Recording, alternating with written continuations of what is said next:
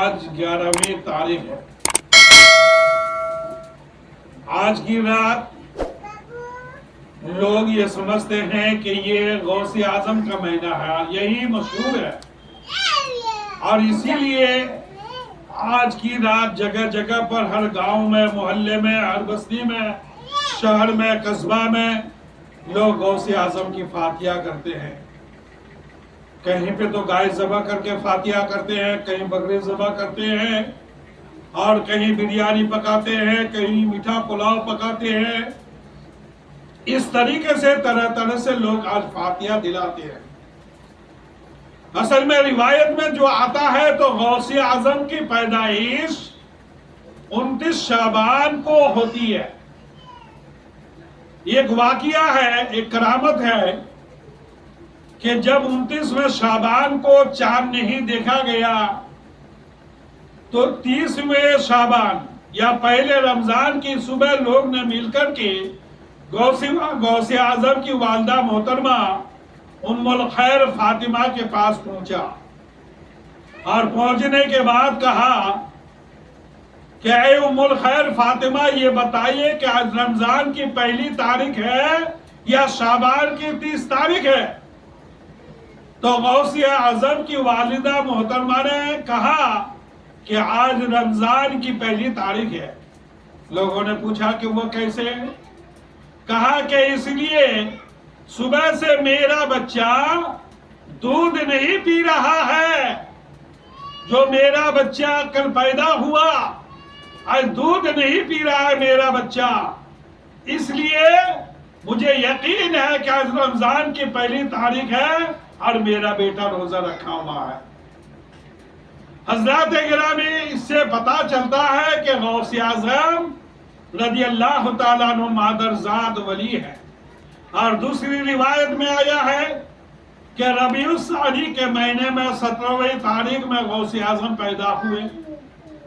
کسی نے کہا ہے کہ 11ویں تاریخ میں پیدا ہوئے، اور اس ربیع الثانی کے مہینے کے 11ویں تاریخ میں لوگ غوث اعظم کے فاتحہ دلاتے ہیں، اور وہ تاریخ آج ہی ہے. آج گاؤں گاؤں میں جگہ جگہ میں غوث اعظم کے فاتحہ دلاتے ہیں. غوث اعظم رضی اللہ تعالیٰ عنہ، اللہ نے جسے سرتاج اولیاء بنایا، یہ مادرزاد ولی ہے. آپ کے بچپن کا زمانہ ہے. بیان کرتے ہیں کہ جب 4 سال 4 مہینہ 4 دن کے بعد آپ کے والد گرامی حضرت ابو صالح جنگی موسیٰ دوست رحمت اللہ علیہ غوث اعظم کو لے کر کے مدرسے میں لے گئے بسم اللہ خوانی کرانے کے لیے. جب استاد نے بسم اللہ خوانی کرانے خود بخود پڑھنے لگا، الف با تا سا نہیں، اما پارا نہیں، بلکہ قرآن مجید سورہ بقرہ سے پڑھنا شروع کیا. پہلا پارا پڑھ ڈالا، دوسرا پارا پڑھا، تیسرا پارا پڑھا، چوتھا پارا پڑھا، یہاں تک کہ 15 پارے تک پڑھ ڈالے. استاد نے کہا کہ بیٹا اور بھی آگے پڑھو. کہ نہیں، مجھے یاد نہیں ہے، 15 پارا یاد ہے. استاد نے کہا 15 پارا تم کہاں یاد کیے تھے؟ تو غوث اعظم نے کہا کہ استاد حضور، میری ماں حافظہ قرآن تھی، حافظ قرآن تھی میری ماں حافظہ تھی، اور میں ماں کے پیٹ میں تھا.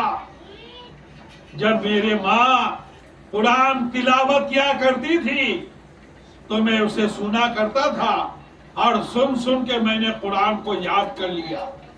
استاد نے کہا کہ پھر یہ 15ویں پارہ کیوں آگے کیوں نہیں؟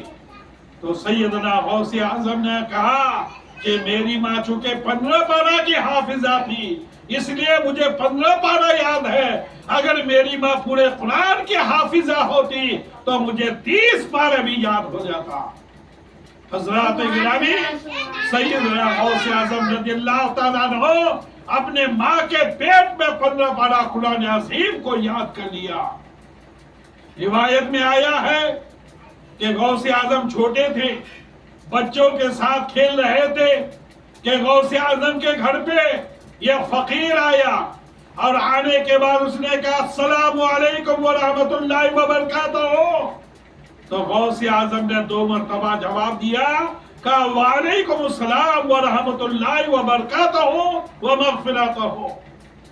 فقیر قریب آئے، پیار سے ہاتھ پکڑے، آہستہ سے کہا کہ بیٹے فقیر سے مذاق نہیں کیا کرتے، بڑوں سے مذاق نہیں کیا کرتے۔ کہا کہ حضور میں نے تو مذاق نہیں کیا، کہ مذاق نہیں کیا تو میں نے ایک بار سلام کیا اور تم نے 2 مرتبہ اس کا جواب دیا۔ غوث اعظم فرماتے آپ کے بچپن کا زمانہ ہے، کہا کہ دیکھو آج آپ نے سلام کیا اور سلام کرنا یہ سنت ہے، سلام کا جواب دینا واجب ہے، تو میں نے ایک بار اس کا جواب دیا۔ اور اس سے پہلے ایک بار آپ ہمارے گھر میں اور بھی آئے تھے اور اس وقت سلام کیے تھے، ہمارے گھر میں کوئی مرد آدمی نہیں تھا اور میں ماں کے پیٹ میں تھا، تو آپ نے سلام کیا تھا تو کوئی آپ کے سلام کا جواب نہیں دیا تھا۔ جب آج آئے آپ تو میں نے اس سلام کا جواب دیا، اس لیے 2 مرتبہ میں نے جواب دیا۔ حضرات گرامی، یہ غوث پاک ہے، غوث اعظم ہے، غوث سمدانی ہے، یہ سرتاج اولیاء ہے۔ آج ہم ان کی فاتحہ کریں گے، ان سے مدد طلب کریں گے، کہیں گے اللہ غوث اعظم کے صدقے میں ہماری مصیبت کو دور کر دے، تو اللہ مصیبتیں دور فرما دے گا۔ کوئی کہے گا کوئی بیمار، اے اللہ آج غوث اعظم کی فاتحہ کی رات ہے، غوث اعظم کے صدقے سے میری بیماری کو دور کر دے، تو اللہ تعالیٰ ان کی بیماری کو دور فرما دے گا۔ اللہ سے دعا ہے کہ اللہ ان چند باتوں کو قبول فرمائے اور غوث اعظم کی محبت ہمارے دلوں میں عطا فرمائے۔ وما علینا الا البلاغ۔ السلام علیکم ورحمۃ اللہ وبرکاتہ۔ صلاۃ و سلام کے لیے کھڑے ہو جائیے۔